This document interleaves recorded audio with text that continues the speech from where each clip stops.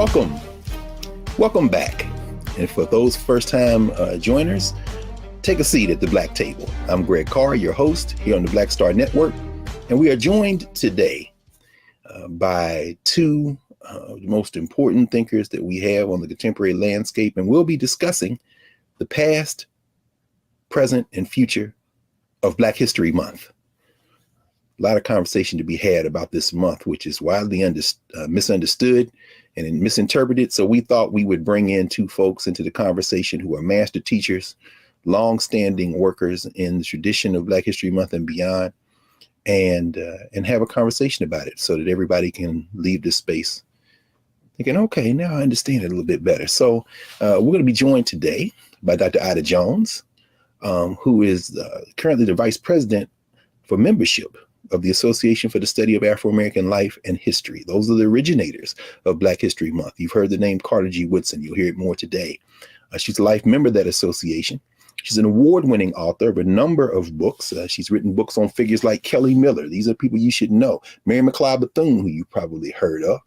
William Henry Jernigan, Victoria Q. Adams. And she's currently the archivist at the Morgan State University. We'll talk more about her background. Larry Crow is also joining us. Larry Crow is a historian, a scholar, and in his role as producer and interviewer with the History Makers. Some of you have heard that platform before. He's interviewed over 1,000 notable African Americans in extended detail and makes him one of our most important resources for contemporary African American individual and institutional history. So we're very happy to be joined today by Ida and Larry. Welcome to the Black Table. Let's talk Black History Month with our friends. Hello, y'all. Hey. Good day. Good to see you. Good to see you. And so we want to jump right in. Ida, since you are not only one of our finest historians and teachers, you're also a record keeper, a culture keeper, and you have served prominently in ASALH, the Association of Black Women Historians, and other places. Give us a sense of the history of Black History Month. I mean, who is Woodson and where did he come from? What was he trying to do in 1926? Yes, Carter G. Woodson was an African-American who was born in West Virginia in 1875 to enslaved parentage.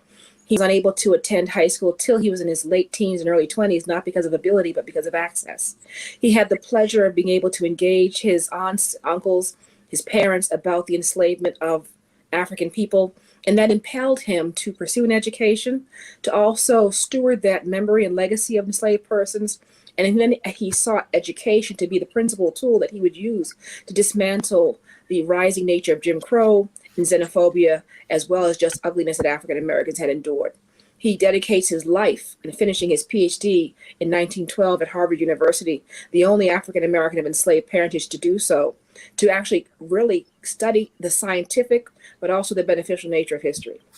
In 1915, during the birth of a nation that was screened, that was endorsed by the White House by the only president with a PhD in history, calling it History Written in Light, he refutes that and creates in Chicago the Association for the Study of Negro Life and History, which was a composite of medical trained persons, business persons, community persons to seek to use education within and throughout our culture as macro African people out to the mainstream people, to use that to kind of level the playing field.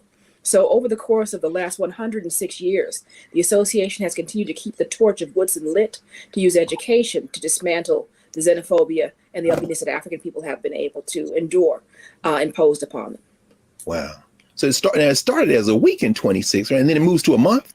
Yes, it starts in 1926. He builds a lot of products. He builds the Journal of Negro History in 1916. He's going to build out this idea of Negro History Week, which he selected to commemorate the birthdays of Abraham Lincoln and Frederick Douglass. So it wasn't that he chose the shortest month with the least amount of days, that kind of urban legend needs to be put to rest. I've tried to use garlic and a cross to kill that, but apparently it continues to flourish. No, that's not what it was. It was to commemorate both Abraham Lincoln and Frederick Douglass. And so that week does grow out of Omega Psi Phi, where he initiates that and incubates that into schools and churches throughout the course of the 20th century. By the 1970s now, and I'm sure Larry can give greater detail about that, it becomes a month in 1976 during the bicentennial year. And so that becomes a way in which the country is going to acknowledge African American history. What Woodson did believe was that it would eventually outlive its usefulness. He really was trying to be optimistic, that we would eventually be woven into the fabric of the culture.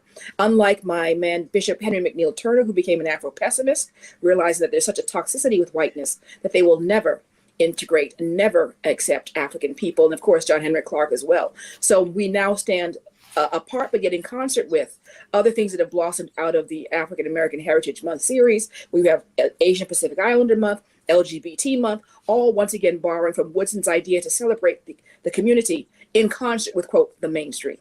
That is remarkable that you gave us that whole panoramic scope. And I don't even want to interject. Larry, could you jump right in? I mean, I'd already set you up, man. She said you might know something about that. I mean, you're not old enough to remember Carter G. Woodson. Certainly none of us are. And both of y'all too young to remember any of this. But Larry, talk to us about it, man. How did you jump? How did you get involved with ASALH and with this work? Well, of course, Carter G. Woodson died the year before I was born. I was born in 1949. Well, the year after I was born, 1950, yeah.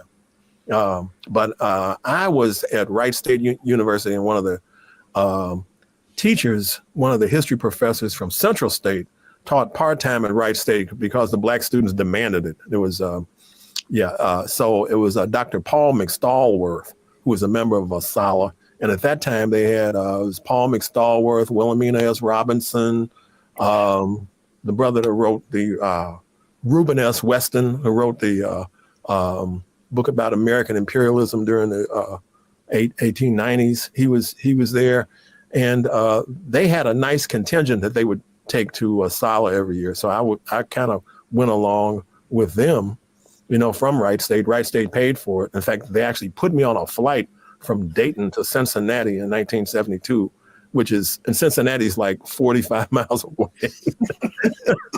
So I got on. That was one of my first plane rides, to the ASALH conference at the hotel in Cincinnati. Now, and I was just amazed at the scope of research, the papers that are being presented, the detail. It was my first exposure to ASALH or any really black conference about anything. And I was amazed. In those days, it was J. Rupert Picott, Andrew F. Brimmer was on the board, Raymond Pace Alexander, those kind of people. Benjamin Quarles was still alive. I met A. Philip Randolph. He was at a table. He stood up. He looked like he was 7 feet tall. He said, "How are you doing, young man?" I quaked. So Larry, were you? I mean, I'm thinking about it. Ida, we probably thinking the same thing. So many of these figures that we got a chance we read about, we study, we hear about. You actually rub shoulders with them. So were there any controversies as they moved from a week to a month? I mean, I know there was a Negro thing going on with like Rayford Logan and them cats, man. They didn't like that black word. I mean, was there any? Well, the year I started going, they did the name change, and I missed the fireworks. Basically, There were fireworks. Were the year before, I guess, and they decided to do it in Cincinnati in '72 to officially do it. So the board meeting, I wasn't at the board meeting. I think it was announced at the banquet. At the banquet I was at, that they had changed the name to the Association for African American Life and History. This is 1972. Then it was in '76. I was in Chicago. I was a member of the Institute of Positive Education at the time, a new member in the fall of '76, where they established Black History Month instead of Negro History Week. And at the time I was there, I was with Dr. Anderson Thompson and Harold Pace, who are members of the Association of African Historians, which they set up as a rival to the Chicago, I guess, ASALH group, that they didn't have a lot of affinity for. And Actually, yeah. No, I was going to say that's a good place for us to pause. Let's take a break, and when we come back, I'm going to ask you to finish that thought, Larry, and then I'd have brought something up before we went on air about this whole moment of the late '60s, early '70s, and how these other associations and formations kind of split with, emerged from ASALH, and in conversation around that very issue. So back in a moment with the Black Table on the Black Star Network.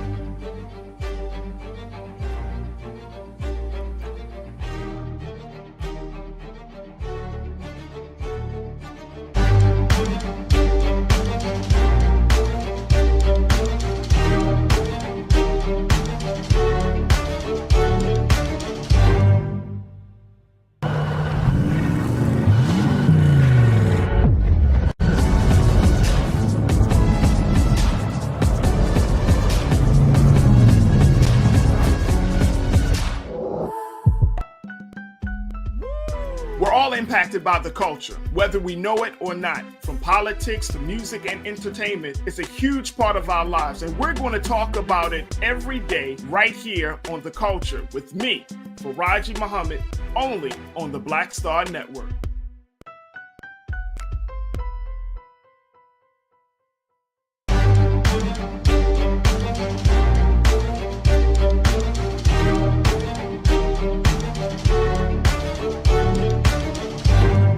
Welcome back to the Black Table. We are, when we left, Larry Crow and Ada Jones were leading us through a bit of the history of where the origins of Black History Month. And we are right at a moment now where we see a name change with the Association for the Study of Negro Life and History to Afro-American Life and History. And it's a very formative moment in the history of Black folk in the United States. So let's bring our folk back, our guests, Ada Jones and Larry Crow. Larry, you were saying you were there, and then Ada, if you don't mind coming in and maybe helping us think about what was going on in that moment in terms of some of this intellectual fracturing and movement. Go ahead, Larry. You were saying. Yeah, I was saying that Anderson Thompson and Dr. Pates and others had established what they call Black Liberation Month, to be in place of African American History Month. That I saw, I saw value in African American History Month and Black History Month doing a month myself, but also, I understood what they were talking about. There was some tension, between some of our scholars in terms of whether we should. They thought that Sala was a little bit too conservative, in those days. Ida, what you think about that? I think he's hitting it on the head. At the same part, you're going to have a generation of young people, Rosalind Torborg Penn, who's going to craft the Association of Black Women Historians. She's going to garner support from Dorothy Porter Wesley, John Henry Clark, and Benjamin Quarles, because women had issue as well.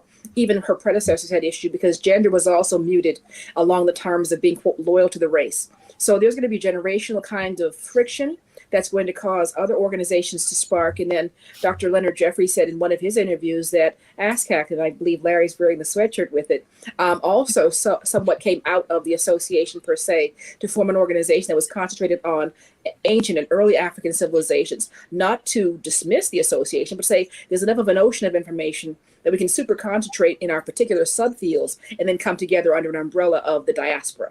And unfortunately, that has not happened as much as we would like it to happen, because we've had rifts in other organizations as well. But hopefully the 21st century, as we see the dilution of what is African and African American history and culture, that we need to coalesce and be allowed to stand apart from, but in concert with.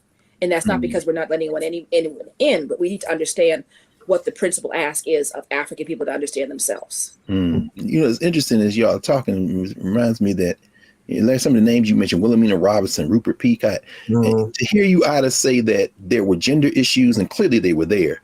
And I reflect back, and you for a time, if memory serves me correctly, you helped edit, and certainly the Negro History Bulletin, or the Black History, now the Black History Bulletin.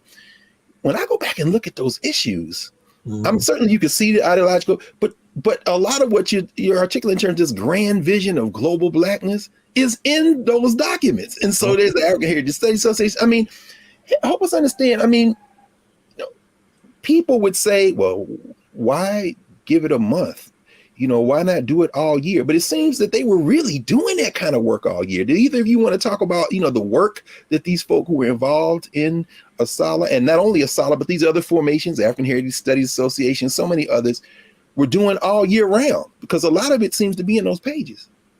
Well, when I was growing up, I would say there was, I got a glimpse of this. I found a copy of African Heroes and Heroines in the Fifth Street Carnegie Library here in Dayton, and took it home when I was about 11, I guess. But you would see trickling in as the 60s progressed, books like Russell Adams' Great Negroes, Past and Present, Afro-Am Publishers. They were doing the Black History calendars that the brother in Philadelphia did. Those kinds of things, and information was coming out, but it was not until 72 that I had any sense of the breadth and activity of ASALH, And folks, just so folks know, who wrote African Heroes and Heroines? Yeah, Woodson and Wesley, yeah. Woodson and Wesley goes back. Charles Wesley. Charles Wesley at the time was the president of Central State University, about 15 miles from here. Wow. And he was well known. He was a hero in this area. So, Ida, what about what your part of the world? You come out of Massachusetts. Are there roots there in terms of folk doing local history and community history and work? Adelaide Cromwell. She was an institution in and of herself, along with other African Americans who taught there as well. But just to kind of double back on this issue of whether it's 1 month a week or how we should celebrate, people really, once again, this urban legend that it's only the month, that was never the intention. Woodson sought to use that time period for the world to kind of concentrate on who we were. He didn't limit himself to that. He lived a monastic life, similar to yourself, Dr. Carr, ensconced in a nest of books and research, because it for him was literally his life's blood. It was religion, it was missionary, it was just his entire raison d'etre. So I don't think, and those people like Wesley and Logan and Green and even Lorraine Williams and some of the other women, Merce Tate, they also dedicated themselves relatively, if not 90-10, 60-40 to the idea of the race and eliminating this kind of misunderstanding of where we are on the records. So that was what he sought to do. And it wasn't sought to best anyone, which is the Western idea of how this is. It was an African idea that we all sit at the table of humanity as brothers, not as servant and master. And so that's very important for us to understand. And I'm actually working on a campaign to say, how do you ASALH? Do you do it 3? Because we have the February, September, December folks. But then we have these branches. Woodson also sought to create these branches which live out on the granular level in their cities and states, this idea of Black education, Black modeling, Black encouragement, Black mentoring. So all of what we're doing now with all these other organizations, he had that understanding. And even in his narrative, Mrs. Calvert and Mrs. Tate, who would be in their 100s plus if they were still living, talked about how he'd pass out lollipops and ice cream and invite them in to kind of look at what he had and engage them. They became school teachers in Washington, D.C., and they lived that example of mentoring and teaching passively and both directly. So that's always what Woodson had in mind. Could y'all talk some about, right in that vein, Ida, that you've opened for us, some of those heroes and heroines, some of those local folk? Because as you're talking, I'm thinking about, over the years, hearing both of you talk about that network, the Black church, the Black schools. I mean, looking in the Negro History Bulletin, how many children wrote articles and school teachers wrote articles. What was the importance of those Black institutions in forming this kind of army, for lack of a better term, to spread knowledge? And I love that idea, because I think it's the Ubuntu that we're talking about now, that it takes all of us, and there's no big I's and little U's. The idea of purging the westernized mindset that it's a vertical relationship where I'm on top because I'm the lettered professional and you are the quote proletariat listening to me talk, that was not what needed to be done. Everyone needed to be brought to some level of stewardship, first of all, that we're stewarding this. None of us are the beginning or the end of this. We're simply stewarding our time for those who are going to inherit it, to honor those who've gone before. So Woodson really clearly understood the idea of stewardship, but he also understood the idea of empowerment, that your story matters. Whether it's your parents or your nieces or even just you yourself, your story matters. So the idea of not just stewardship, but also that every story matters, and it encourages and empowers someone else to kind of live their full life. That's principally what his drive was, through these branches, through the school teachers, through the sororities, the fraternities, the Masonic lodges, the churches, all of these culturally organized groups is what was going on. So Negroes had institutions before we tried to integrate the white ones. This is shocking news. That's Woodson's revelation. That's Eureka, right? Let me say this too. Maybe a few things real quick.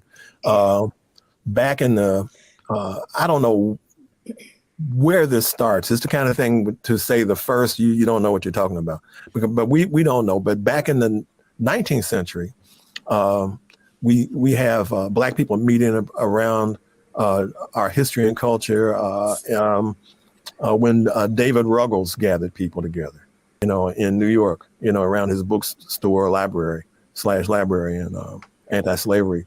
But you have, like, going forward, you have like the Negro Society for Historical Research in 1911, founded by basically Arthur Schomburg and John Bruce with that? Yeah, John Edward Bruce, right. Yeah. In Yonkers, actually, where he lived in Yonkers, which is north of Harlem. But he establishes that in 1911, and that flourishes through the establishment of ASALH. Now here locally, I'm the branch historian for the Paul Laurence Dunbar branch of ASALH, which was founded by Margaret Peters, who was she wrote 2 curricula for the state of Ohio that were never used, Black history curricula. She was the sister of Wendell Peters, who we all know, who had the photographic memory, great mind, you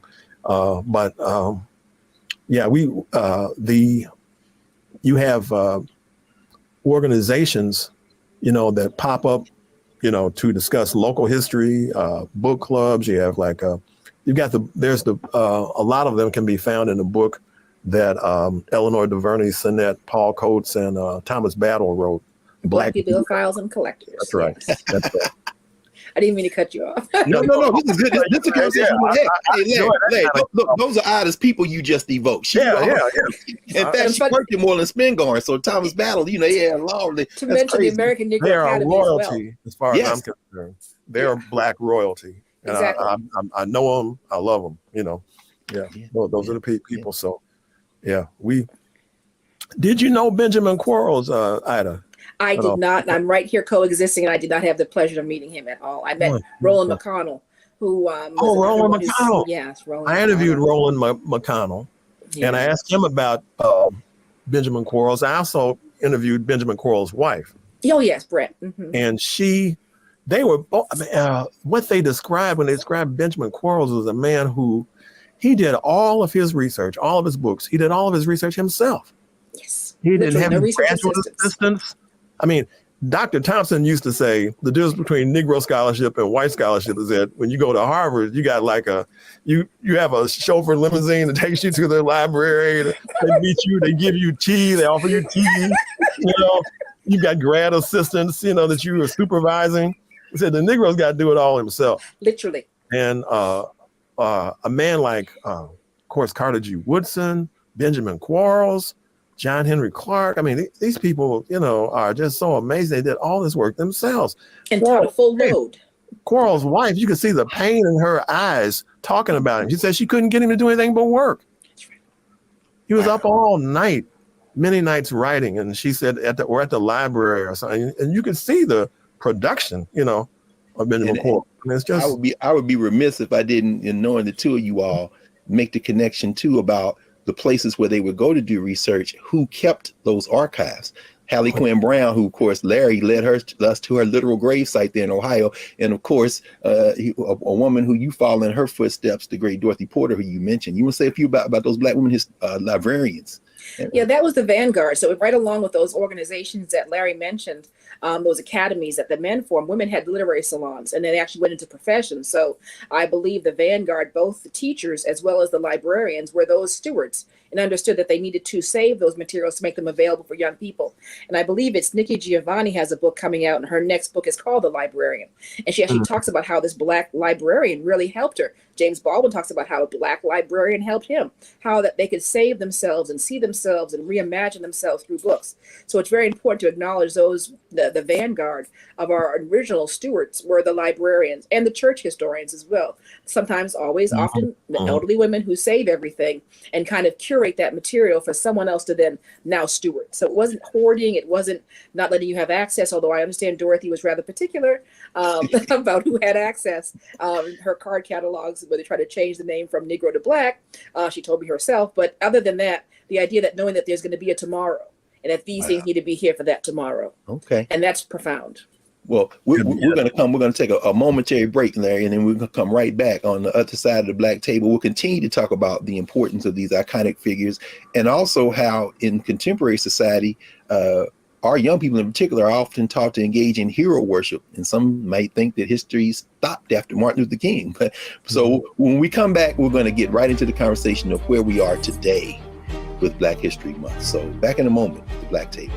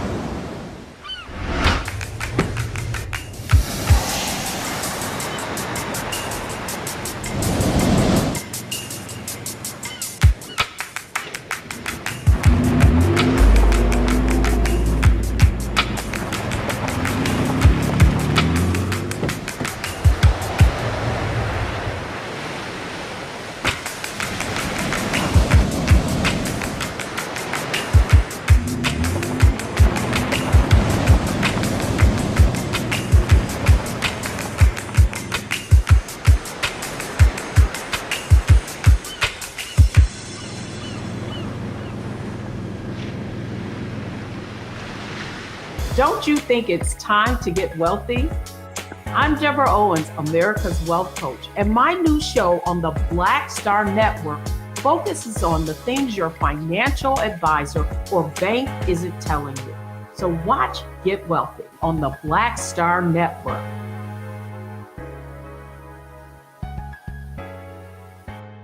Folks, Black Star Network is here. Oh, no punches! I'm real revolutionary right now. Support this man, Black Media. He makes sure that our stories are told. Thank you for being the voice of Black America, Roland. Stay black. I love y'all. All momentum we have now, we have to keep this going. The video looks phenomenal. See, this difference between Black Star Network and Black-owned media and something like CNN. You can't be Black-owned media and be scared. It's time to be smart. Bring your eyeballs home. You dig?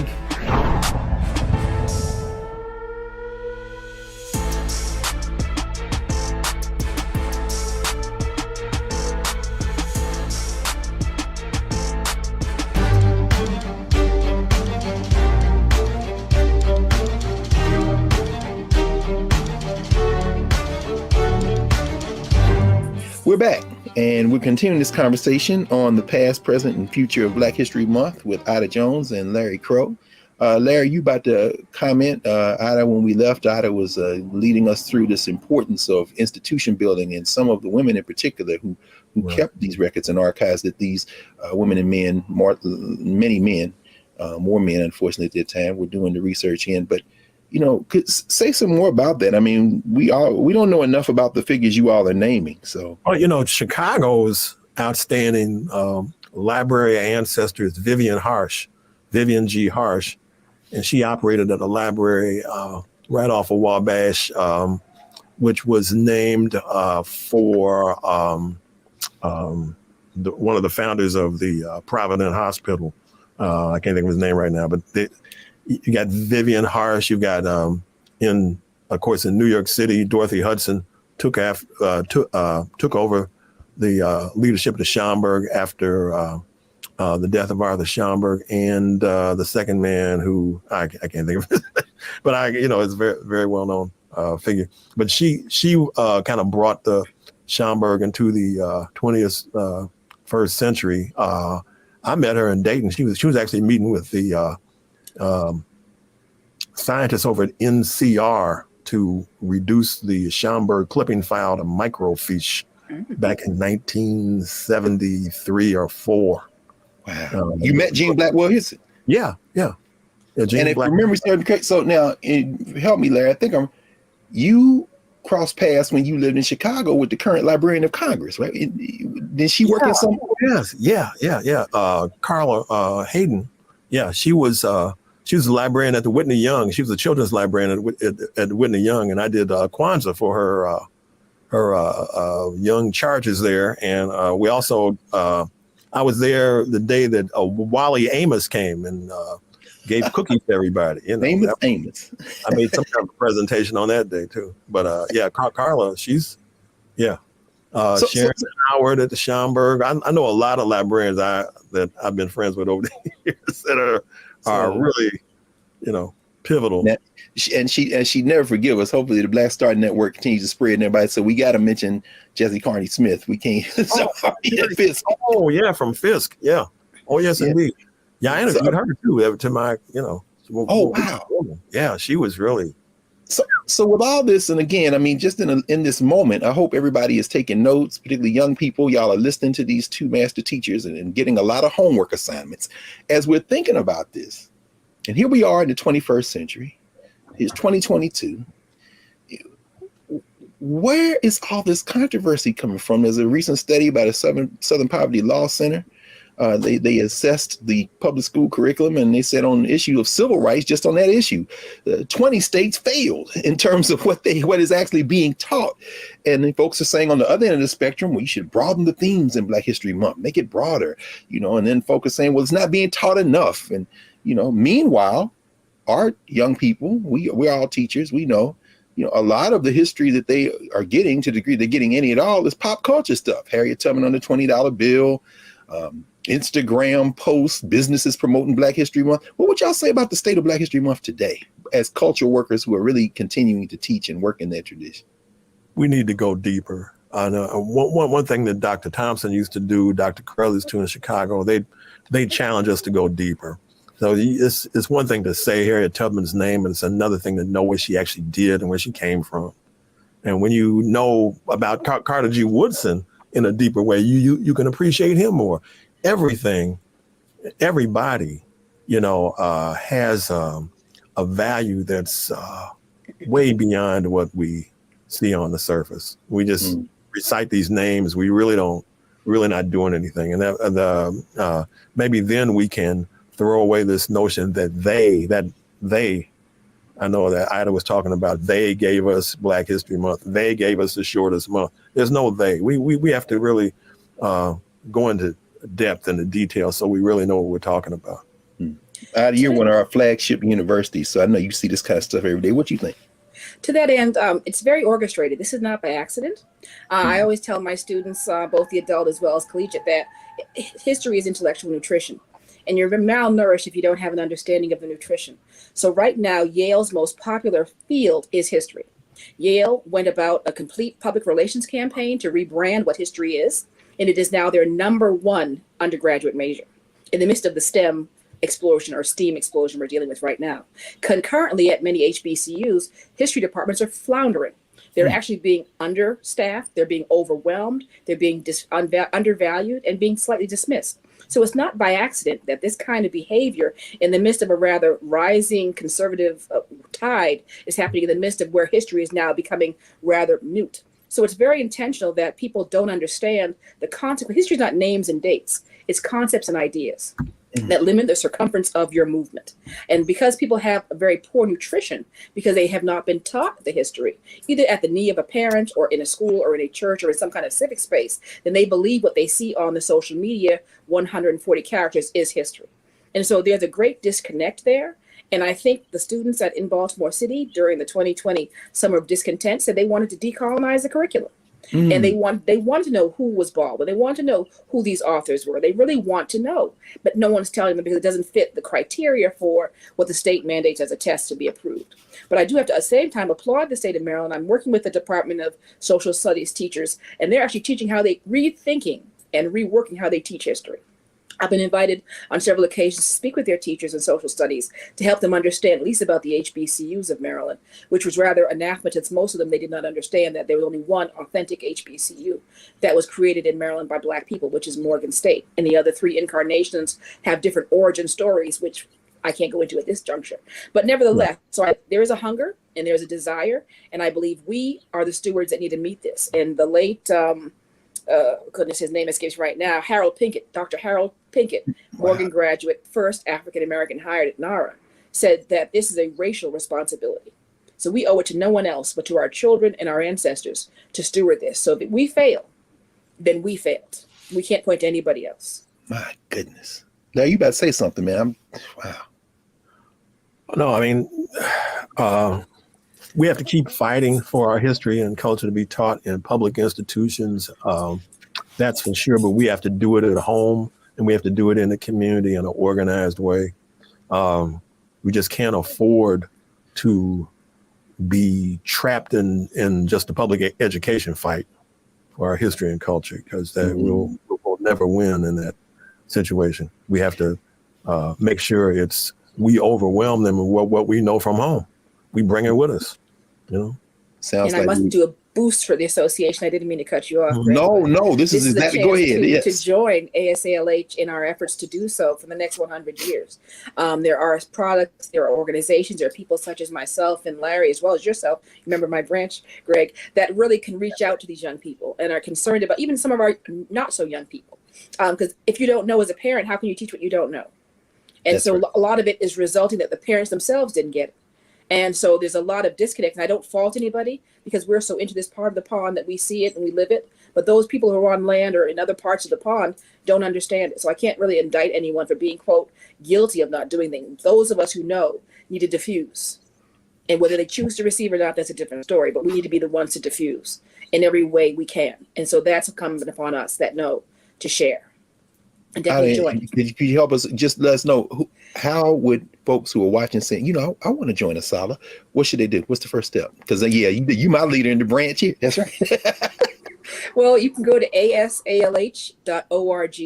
That is our main website. And if you're a little bit skittish about physically joining, we have a YouTube channel. So ASALH has a YouTube channel where a lot of our content is there for free. We would love you to subscribe to kind of boost our numbers to help us get other kinds of content going, because we're all about learning for every grade, every age group across the African diaspora. We have international persons of interest. We have about 7 countries around the world that celebrate Black history in their own way, in their own domestic spheres, and we're in conversation with them as well. Woodson traveled internationally, was fluent in Spanish as well, taught in the Philippines, and there actually is a book called The Miseducation of the Filipino that actually models itself off of the miseducation of the Negro. Yeah. And so as a result, Woodson's influence is far more global and far more saturated than we give him credit for. So we're all trying to excavate and lift up the torch that he lit and keeping it lit into the 21st century. So asalh.org. So yeah. We'll pause here, and when we come back, we'll talk about the future of Black History Month. In fact, we've already started, and whether we should or shouldn't have one, where these influences are coming in. We've already gotten our marching orders, so when we come back, we'll get into what this looks like going forward beyond even our lives. So back in a moment at the Black Table.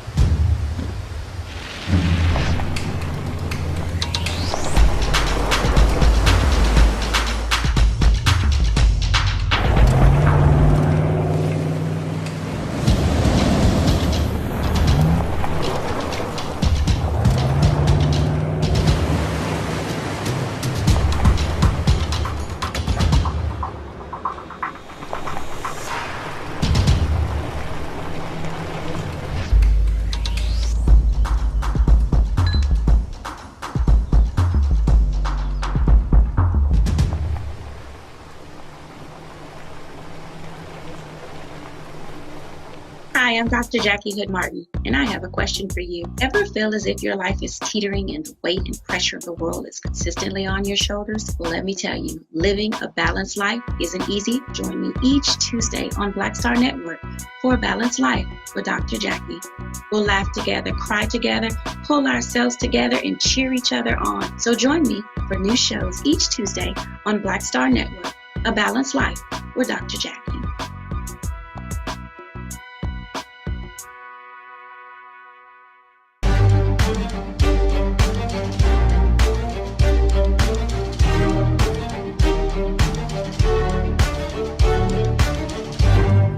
We're back. Welcome back to the Black Table. We're continuing our conversation with Larry Crow and Ida Jones on the past, present, future of Black History Month. We've covered a lot of ground in these few minutes. So I want to ask you both to kind of think about what Black History Month looks like perhaps going forward. All these quote unquote controversies, critical race theory and not teaching it, non-political stuff. And as you both were talking, it's very striking that in some ways, it seems like you all are advocating a return to what was working for us before the end of Jim Crow. I mean, these networks of institutions, home-based, church-based, sororities, fraternities, the Masons, the everyone, all these institutions. Do you have any thoughts on the contemporary landscape and how these conversations, which sometimes get reduced to whether or not Maya Angelou is on a quarter or Harriet Tubman's on a $20 bill or Martin Luther King's I Have a Dream, project forward. How do you see us continuing this struggle to kind of to tell our stories, to teach our truths and to help spread the word? Yeah, there's one of the things that concerns me, I think was expressed in that little short film that Brother Daryl Scott did years ago, was a part of, where Black youth were really embarrassed in school to be reminded that they were Black in a Black History Month program. This is something that, I mean, it's, but it's something that's real, that people are embarrassed because they think that somehow Black History Month is some kind of imposition from the system, or in fact, one of them asked, I mean, the fellow who's the documentary filmmaker asked the question and said, is there a Jewish History Month? But the answer is that there actually is. And Jews celebrate it. But we don't, they celebrate it mostly in their own venues, not so much, in the public school. So we have that kind of dynamic we're wrestling with. I think with our young people in particular, it's going to be a hard sell because they believe themselves post-racial. And this has been the kind of tea they've been sipping for quite some time, since the age of Obama in 2008.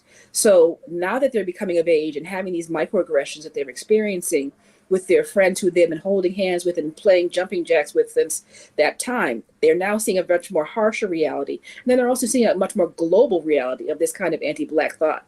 So my discussion is to really have them understand, as Larry so eloquently said, there is a point where there needs to be a centralized ethnic understanding so that you can know who and how you are to then integrate fully with another person.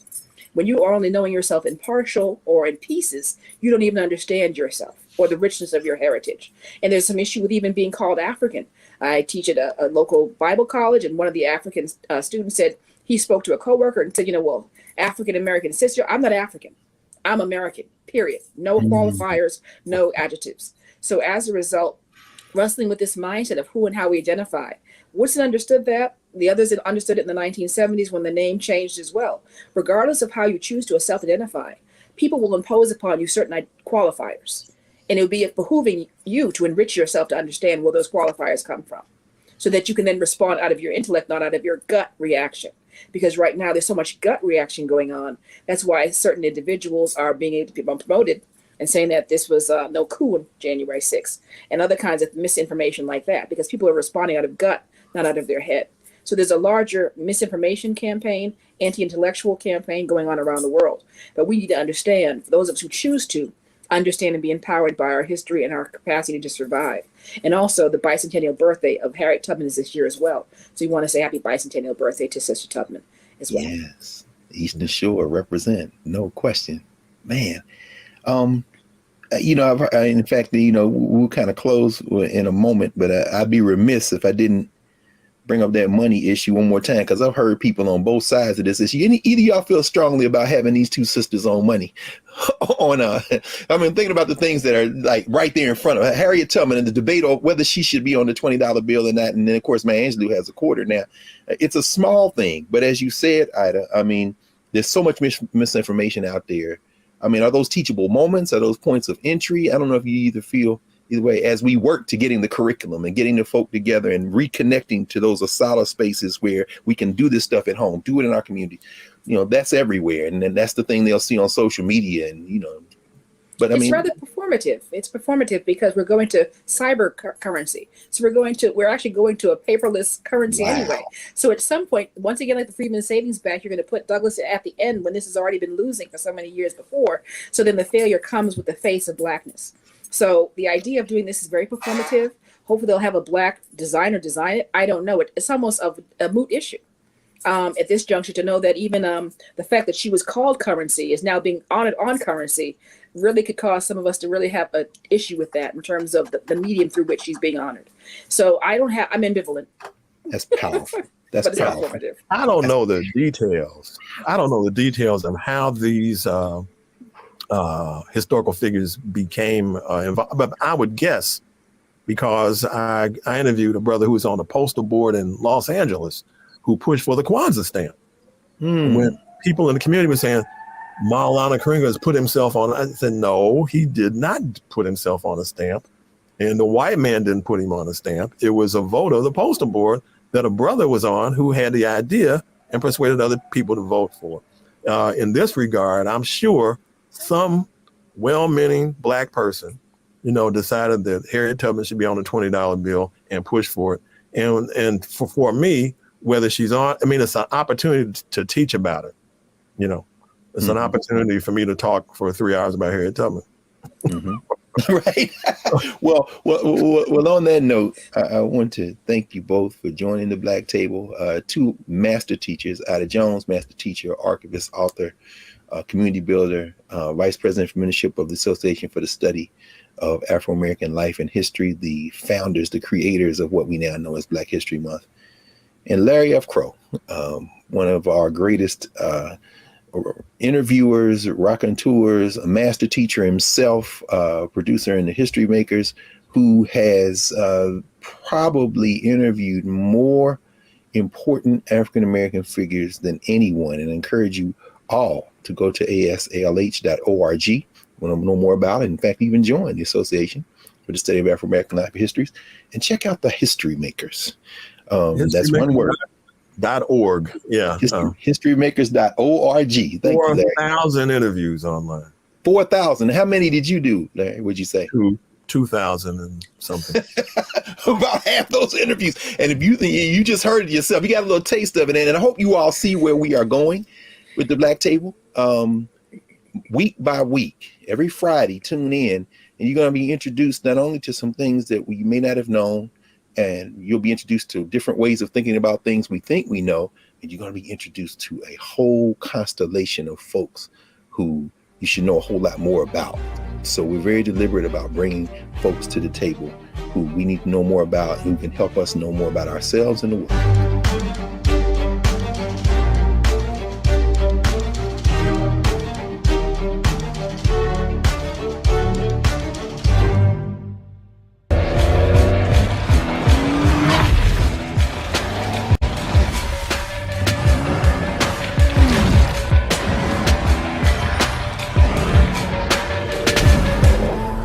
It's time to be smart.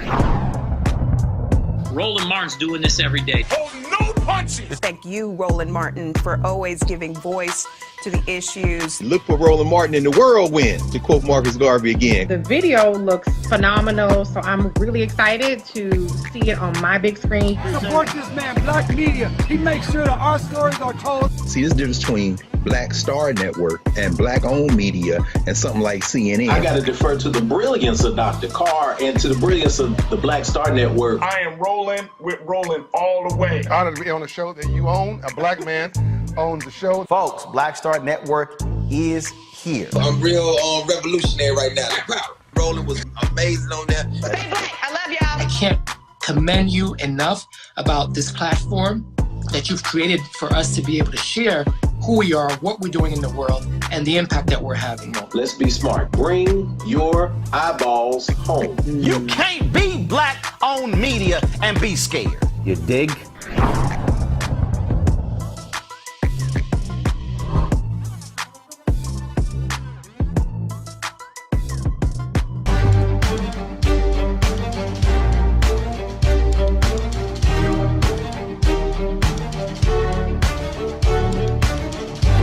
We're preparing now to clear the table for our episode of the Black Table, and we'll end this conversation on the past, present, and future of Black History Month with a couple of reflections on the founder of Negro History Week in 1926, Carr G. Woodson. It was Mary McLeod Bethune who wrote, who was very good friends with Carter Woodson and took over the association. In fact, as Dr. Woodson passed in April 1950, in the May 1950 issue of the Negro History Bulletin, she said, I shall always believe in Carter Woodson. He helped me to maintain faith in myself. He gave me renewed confidence in the capacity of the race for development and in the capacity of my country for justice, for her own people and for all people.